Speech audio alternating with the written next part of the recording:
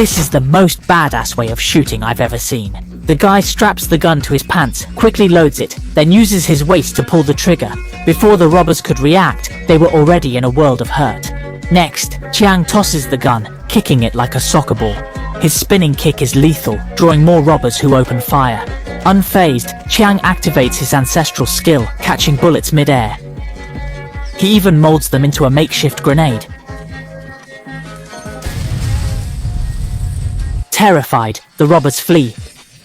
Qiang, not done yet, chases them in a classic car, but gets surrounded. Still cool, Qiang throws 2 guns into a tree. The robbers are stunned. He shoots the guns, taking out all the criminals in one go.